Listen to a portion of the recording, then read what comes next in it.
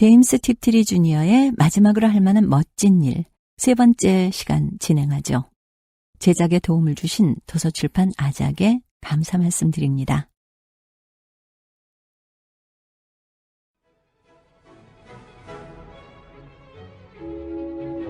코아티는 동면에서 깨어나자마자 정말로 새로운 별밭을, 대분열대에서 뻗어나온 아주 캄캄한 팔을 배경으로 사방에서 찬란하게 빛나는 노란색 항성들을 보려고 뛰쳐나갔다. 찾아보니 무리 중에서 제일 가까운 별의 위치가 자기가 계산했던 대로 북위 18분 10초였다. 그 항성의 근접 중력장 가장자리에서 스핏 드라이버가 저절로 멈추었다.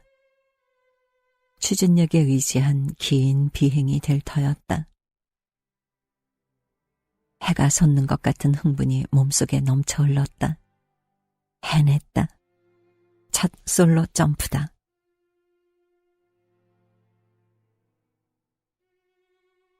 그리고 정신적인 기쁨과 같이 예의 그 신체적인 홍조 증상이 나타났다. 증상이 너무 강해서 코아티는 잠시 어리둥절해졌다. 글자 그대로 신체적인 거였다. 어떻게 보면 자위할 때 느끼는 흥분 같기도 했지만 대체로 그럴 때 느끼게 되는 끈적거리고 몸에서 힘이 쭉 빠지는 그런 느낌은 없었다. 성적 긴장감을 완화하는 법을 알려주었던 체육 선생님은 그 부정적인 성질이 점차 사라질 거라고 말씀하셨지만 코아티는 그런 걸 그다지 신경 쓰지 않았다. 이제 코아티는 자신의 증상이 선생님 말씀대로 순수한 정신적 흥분이 성적 욕구를 자극할 수 있음을 보여주는 사례라고 생각했다. 아, 꺼져. 코아티는 조급하게 중얼거렸다. 아이는 추진 드라이브를 구동시켜야 하고 우주선을 행성들이 있을 만한 곳으로 몰고 가야 했다.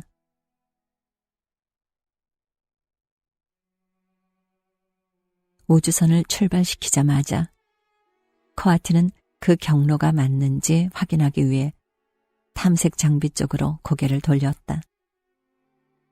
행성들이다. 됐다. 하나, 둘, 넷. 그리고 저기 있다. 멀리서도 보이는 파랗고 하얀 행성. 보니와 코는 저 행성과 지구의 유사성이 상당히 높게 나왔다고 했지. 그래 보여. 좋았어.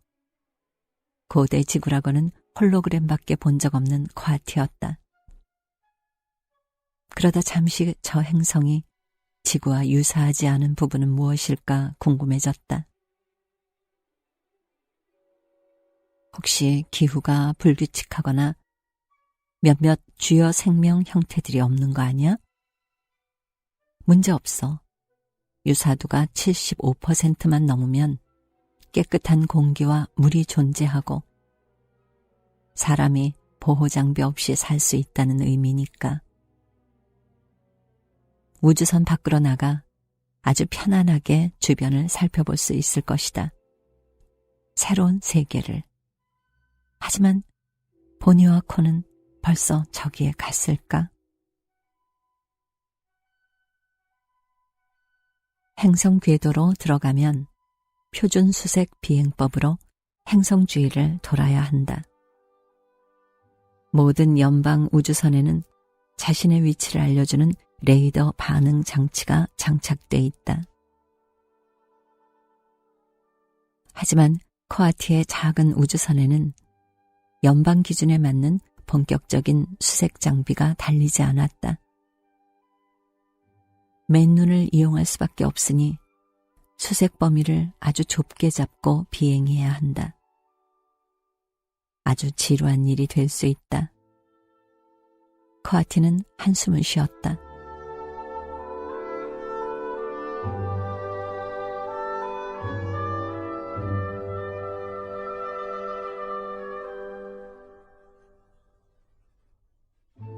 아이가 문득 문득 정신을 차려보니 양반다리로 앉은 채 안절부절 못하며 괜히 여기저기를 긁고 있었다. 정말로 이 뜬금없는 성욕은 좀 과도하잖아.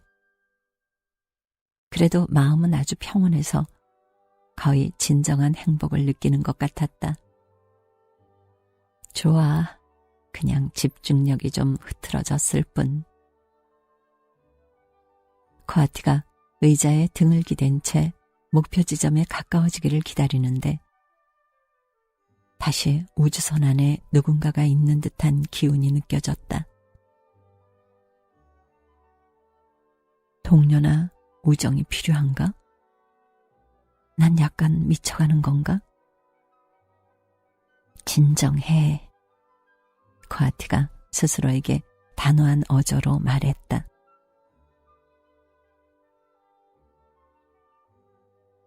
잠시 쥐죽은 듯 고요해지고 그 침묵 속에서 작은, 아주 작은 목소리가 뚜렷하게 말했다. 여보세요? 여보세요? 제발 겁내지 말고. 여보세요? 뒤쪽 위 어디에선가 들리는 소리였다. 코아티가 획 몸을 돌려 위아래를 이쪽 저쪽을 살펴봤지만 아무것도 없었다. 어디야? 코아티가 추궁하듯 물었다. 넌 누구야? 여기 있는 거야? 난 아주 작아. 네가 내 생명을 구했어. 제발 날 겁내지 말아줘. 여보세요? 여보세요?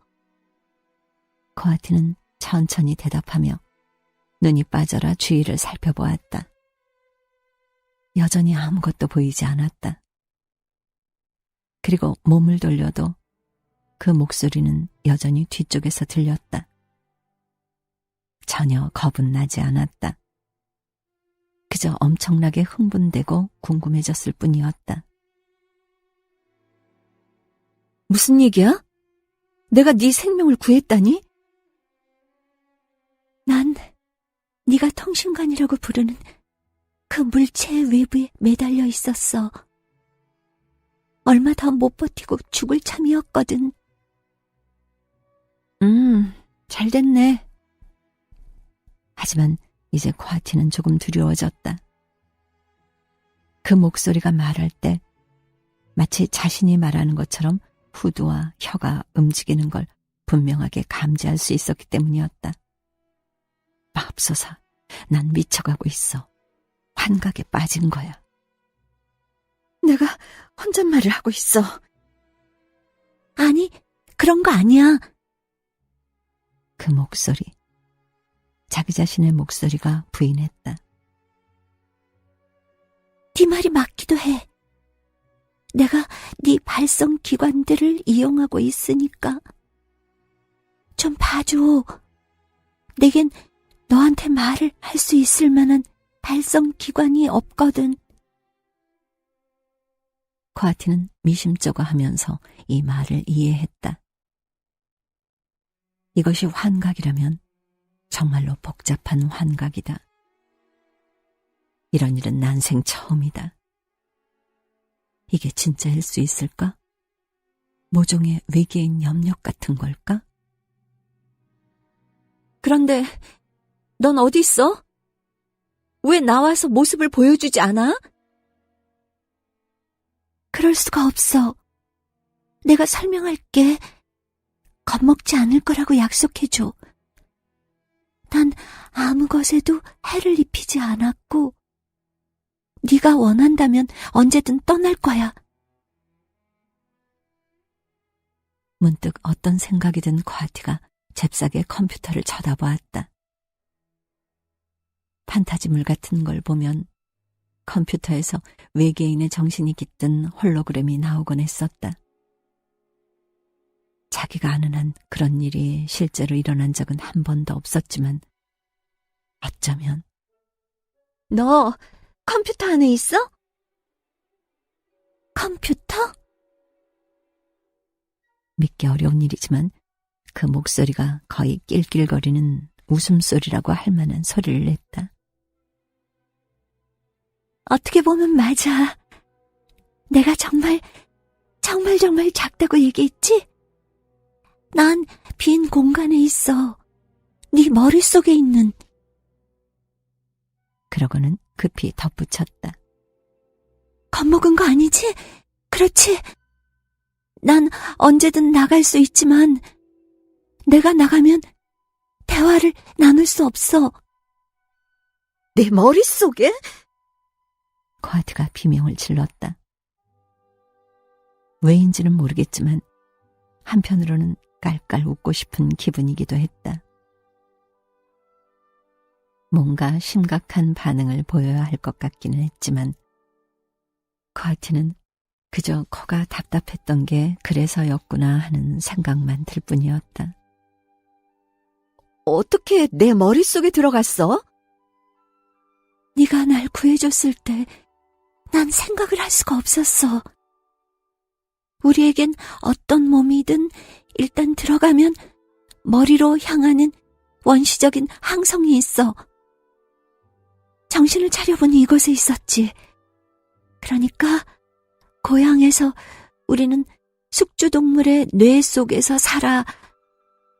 사실상 우리가 그 동물의 뇌인 셈이지. 내 몸을 통과했다고?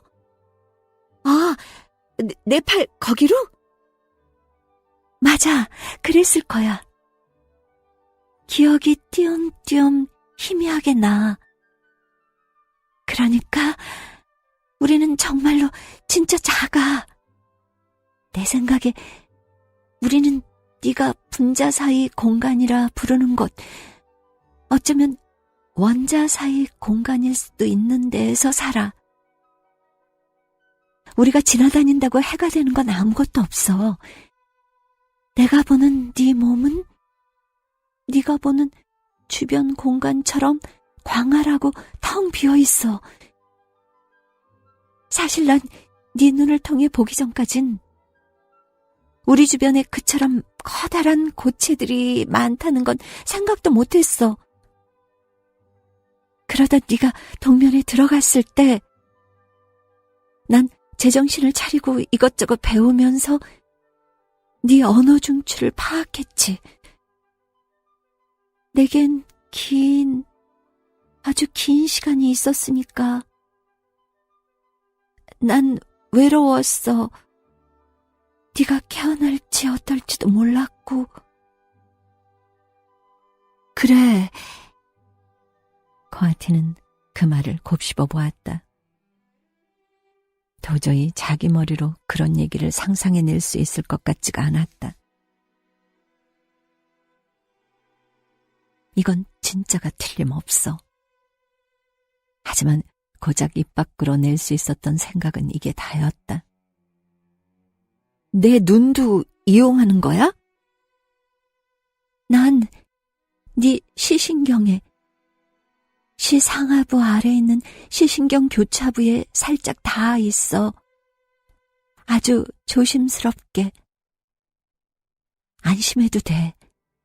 그리고 네 청각 기능도. 그게 우리가 제일 먼저 하는 일들이야. 본능에 프로그램된 일들이지. 그리고 우리는 숙주가 행복하다고 느끼게 만들어. 이런 상황에 겁을 먹지 않도록 말이야. 너도 행복함을 느끼지? 그렇지 않아? 행복감? 네가 그런 거였어? 잘 들어.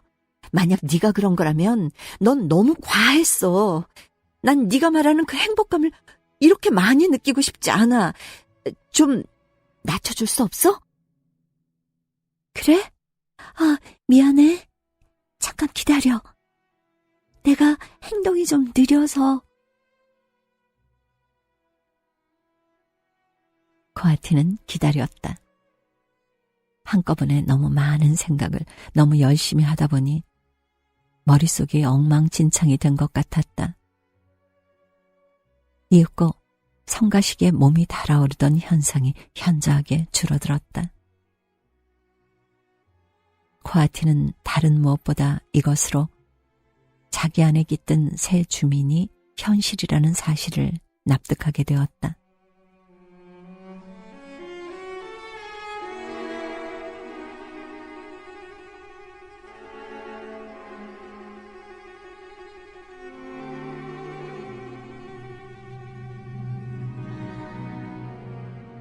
내 마음을 읽을 수 있어? 코아티가 천천히 물었다. 네가 단어를 형성했을 때만. 자기 목소리가 대답했다. 넌 그걸 마음속으로 말하기라고 부르는 것 같아. 난 그 오랜 동명기간 내내 네 머릿속에 든 어휘와 언어를 탐구했어. 우리 종족에겐 소통하려는 본능적인 욕구가 있어. 아마 모든 생명체가 그렇겠지만 정지에 있는 잠자는 두뇌에서 언어 전체를 얻어내다니 상당한 묘기로군. 코아티가 생각에 잠겨 말했다. 아이는 외계인이 자기 목소리를 사용할 때 느껴지는 희미한 차이를 감지하기 시작했다. 그때의 목소리는 톤이 좀 더 높고 어조가 강했다. 그리고 자신이 일상적으로 사용하는 단어가 아니라 책에서만 보았던 단어들이 사용되는 것도 들었다. 맞아. 다행스럽게도 시간만큼은 정말 넉넉했으니까. 하지만 네가 다시는 깨어나지 않을 것 같을 때는 정말 당황하고 의기소침했어. 열심히 배웠던 게 다 무의미해질 테니까. 난 네가 살아있는 걸 알게 돼서 너무 행복해. 언어 때문만이 아니라 내 생명을 나 예전에 너와 같은 종을 시험해볼 기회가 딱 한 번 있었어. 하지만 네 두뇌는 아주 달라. 이 기이하기 짝이 없는 온갖 사태 탓에 아무리 정신이 없었어도 코아티는 바보가 아니었다. 고향과 숙지에 관한 말들은 보니와 코가 했던 보고 내용과 연결되었다.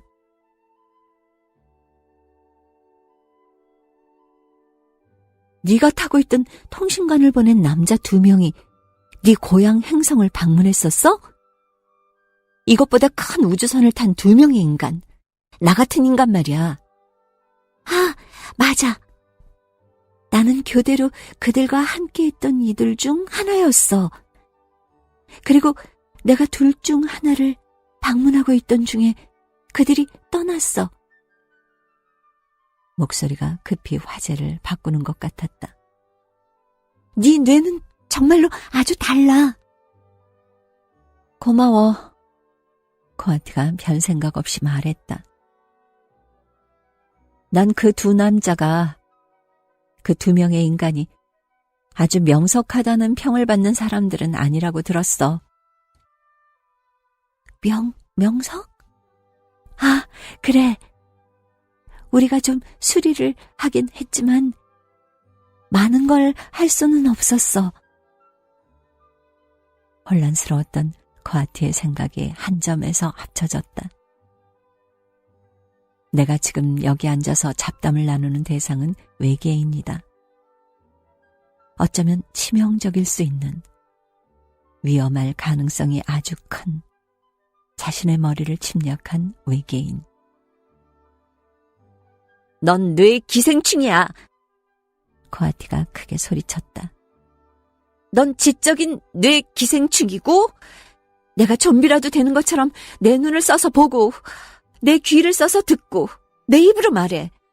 그리고 내가 아는 한 넌 내 뇌 전체를 장악해가고 있어. 제발. 코아티는 자신의 목소리가 떨리는 걸 들었다. 난 언제든 떠날 수 있어. 그게 네가 원하는 거야? 그리고 난 아무것도 망가뜨리지 않았어. 전혀. 내가 쓰는 에너지는 아주 적어. 사실 난 네 주요 혈관에 있던 쓰레기들을 청소했어. 그러니 우리 둘이 쓰기에 에너지는 충분해. 난 이따금 몇 가지 요소들만 얻으면 되니까. 하지만 나가라면 지금 당장에라도 나갈 수 있어. 내가 다소 깊숙하게 자리를 잡았고 여긴 날 지도해줄 멘토가 없으니 조금 느리게 진행되겠지만 말이야. 하지만 그게 네가 원하는 거라면 왔던 것처럼 떠나도록 지금 바로 시작할게. 지금은 원기도 회복했으니 어쩌면 네 우주선에 매달려도 좀 더 오래 살아남을 수 있을지 몰라. 그 비통한 어조에 코아티의 마음이 약해졌다. 그 목소리는 아주 작고 슬픈 겁에 질린 생물이 차가운 우주 감옥에서 떠는 이미지를 연상시켰다. 그건 나중에 결정하자. 코아티가 다소 퉁명스럽게 말했다. 그건 그렇고 내 뇌를 엉망으로 만들지 않는다는 말 믿어도 될까? 정말이야. 자신의 목소리가 붕괴한 듯이 속삭였다. 이 뇌는 아름다워. 하지만 넌 뭘 원하는 거야? 어디로 가려던 참이었어? 지금은 그저 집으로 가고 싶다는 생각뿐이야. 인간 세계의 중심지 같은 데로 갈 수 있다면 날 고향 행성과 적당한 숙주한테로 데려다줄 누군가를 찾을 수 있을 거야. 하지만 애초에 넌 왜 보니와 콜을 떠나서 그 통신관에 붙은 거야? 그때 나는 텅 빈 공간들이 얼마나 큰지 아무 개념이 없었어.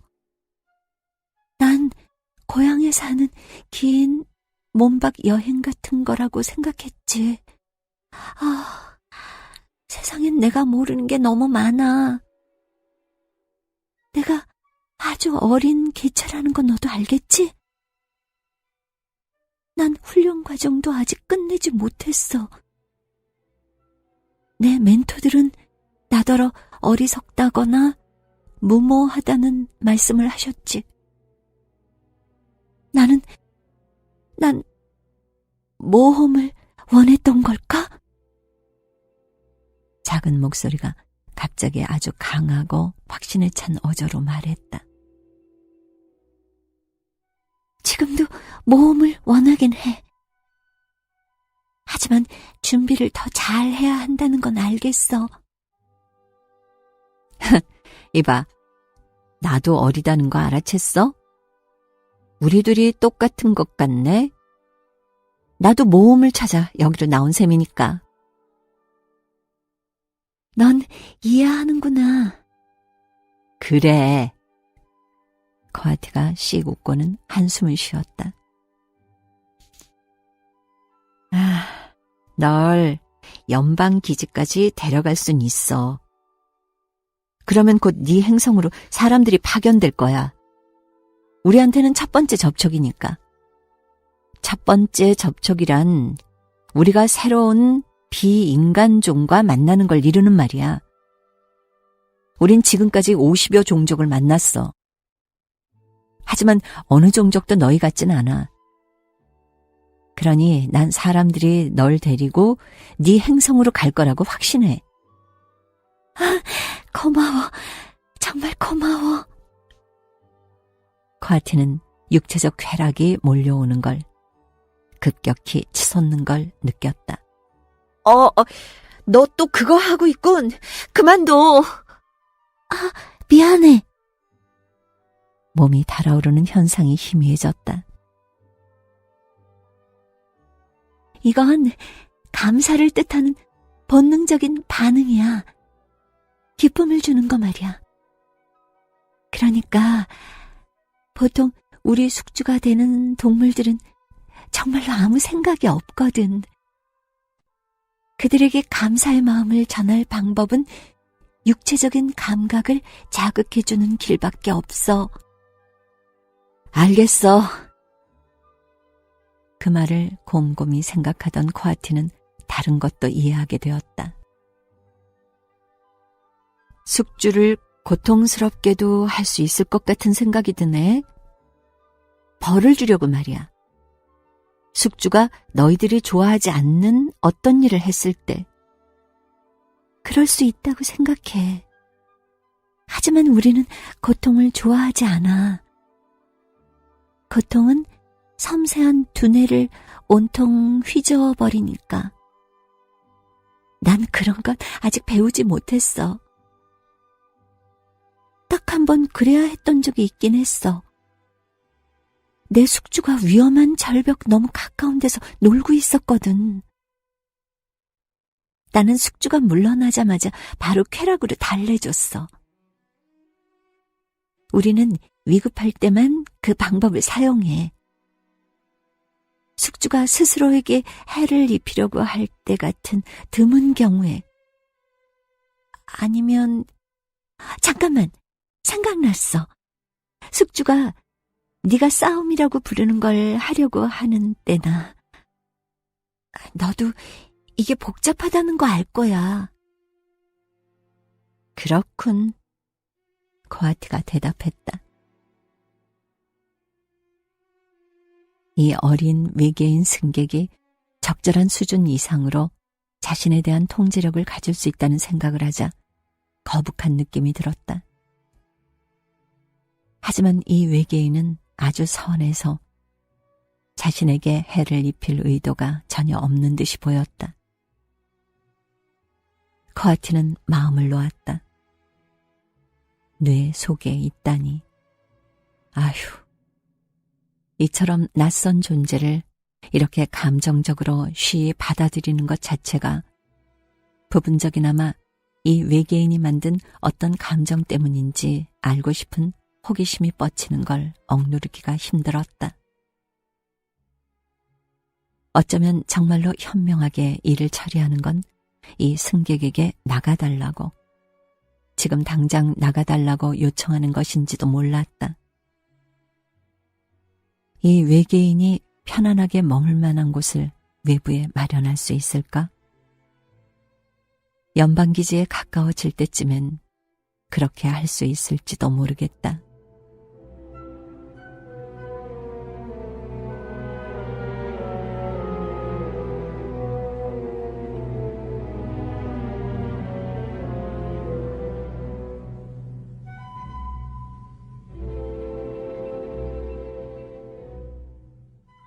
그건 그렇고 보니와 코가 향했던 행성에 가겠다는 계획은 어떻게 되는 거지? 두 사람의 흔적을 찾아낼 수 있다면 정말로 연방기지에 도움이 될 텐데. 게다가 이렇게 먼 길을 와놓고서 거길 한번 돌아보지 않는다는 건 안타까운 일이 아닐까? 자신과의 논쟁은 곧 끝났다. 그리고 젊은 식욕도 강하게 스스로를 주장하고 나섰다. 코아티는 비상식량 중에서 적당한 걸 골라 우걱우걱 씹으며 행성들로 향하는 추진 경로를 설정하면서 틈틈이 외계인에게 연방기지로 돌아가기 전에 무얼 할 계획인지 설명했다. 머릿속 낯선 승객은 이 지연 사태에 아무런 반대 의사를 표명하지 않았다. 날 데려다 줄 생각을 하다니 정말 고마워. 너무너무 고마워. 입에 가득 찬 치즈맛 건조 식량 사이로 자신의 목소리가 어렵사리 말했다. 코아티가 차가운 금속 용기를 여는데 반짝이는 금빛이 눈에 띄었다. 아까 그 금색 먼지가 그 용기 표면에도 붙어 있었다. 코아티가 털어내자 먼지 일부가 얼굴로 날아올랐다. 그건 그렇고 이건 뭐야? 이것도 너와 같이 그 통신관에서 나왔어. 이거 보여? 내 다리에도 붙어있네. 코아티가 한쪽 다리를 뻗었다. 알아.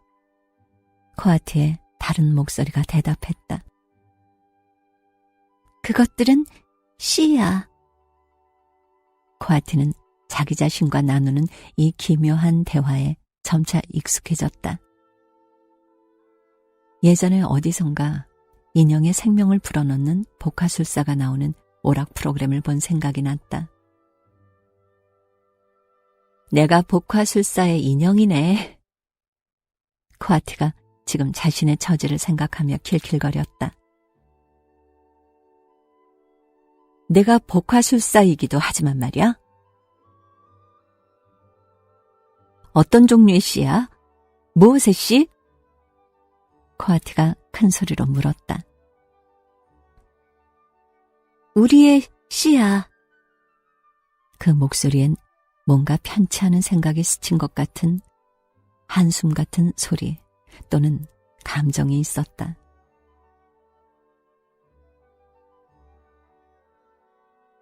그러고는 더 활발한 목소리가 이어졌다. 잠깐만, 내가 깜빡했네. 그것들을 너한테서 떨쳐내는 화학물질을 내보내야 했는데 그것들은 생명체가 뿜어내는 페로몬에 이끌려. 난 내가 그런 단어들을 아는지 몰랐어. 코아티가 보이지 않는 동료에게 말했다. 내가 자는 동안에 정말로 내 어휘에 통달한 것 같네? 아, 맞아. 내가 좀 열심히 했지.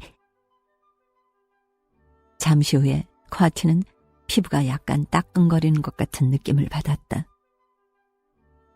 이것이 그 화학물질인가? 뭔가 제대로 긴장을 하기도 전에 그 느낌은 사라졌다. 그리고 코아티는 그 떠다니는 먼지 또는 씨들이 공격을 받고 물러나는 것처럼 자신에게서 떨어지는 걸 보았다. 멋져! 코아티는 우주선의 경로 설정을 마치면서 비상식량을 한 입 더 베어 물었다. 그러고 보니 넌 너희 종을 뭐라고 불러? 그리고 너도 이름이 있을 거 아니야. 우리 서로를 좀 더 잘 알아야 하지 않겠어? 코아티가 2명분의 웃음을 터뜨렸다. 불안한 느낌은 모두 사라졌다. 난 이야 또는 이아드론이야. 개인적으로는 실료빈이라고 불려. 안녕, 실료빈. 난 코아티캐스야. 안녕, 코아티캐스야. 아니, 내 말은 그냥 코아티캐스. 캐스는 우리 가족이 쓰는 성이야. 아, 가족. 우리는 다른 인간들을 만났을 때도 그게 뭔지 궁금했어. 문제없어. 내가 설명해 줄게. 하지만 나중에. 코아티가 자기 말을 잘랐다. 내 말은 저 별 주위를 도는 행성에 천천히 접근하는 동안 우리에게는 온갖 것을 다 설명할 수 있을 만큼 충분한 시간이 있을 거란 뜻이야. 그리고 난 네 이야기를 먼저 들을 권리가 있다고 생각해, 실료빈. 내가 몸을 제공하니까 그게 공정할 것 같지 않아? 아, 동의해. 네가 이렇게 많은 걸 해주는데 내가 이기적으로 굴어선 안 되지. 그 얘기를 듣고 나니 어쩐지 코아티는 처음으로 이 외계인이 정말로 어리다는, 거의 아이 같은 존재라는 느낌이 들었다. 이 외계인이 자신의 머릿속에서 찾아낸 어려운 단어들을 쓴 탓에 지금껏 잘못 생각했던 것이다. 하지만 이제 신료비는 훨씬 자기다워졌고 그 모습은 코아티 자신의 모습을 상기시켰다. 코아티는 마음이 따뜻해지는 기분으로 다시 킬킬거렸다. 두 꼬마애가, 어쩌면 두 여자애가 함께 모험을 찾아 이 별밭 속으로 떠나게 된 건가? 그리고 예기치 못한 동료가 있다는 건 근사했다. 뭔가를 읽거나 보는 걸 좋아하긴 했지만 코아티는 많은 우주 여행이 동면 아니면 외로이 앉아 기다리는 일로 점철되리라는 서글픈 생각을 하기 시작하던 참이었다.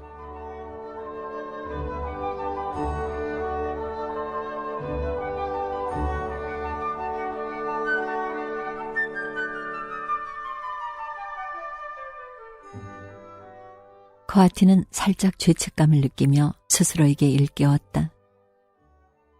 물론 항해도를 점검하며 다른 곳에 비하면 몇 개 되지도 않는 이곳의 항성 좌표들이 맞는지 열심히 확인할 수도 있다고.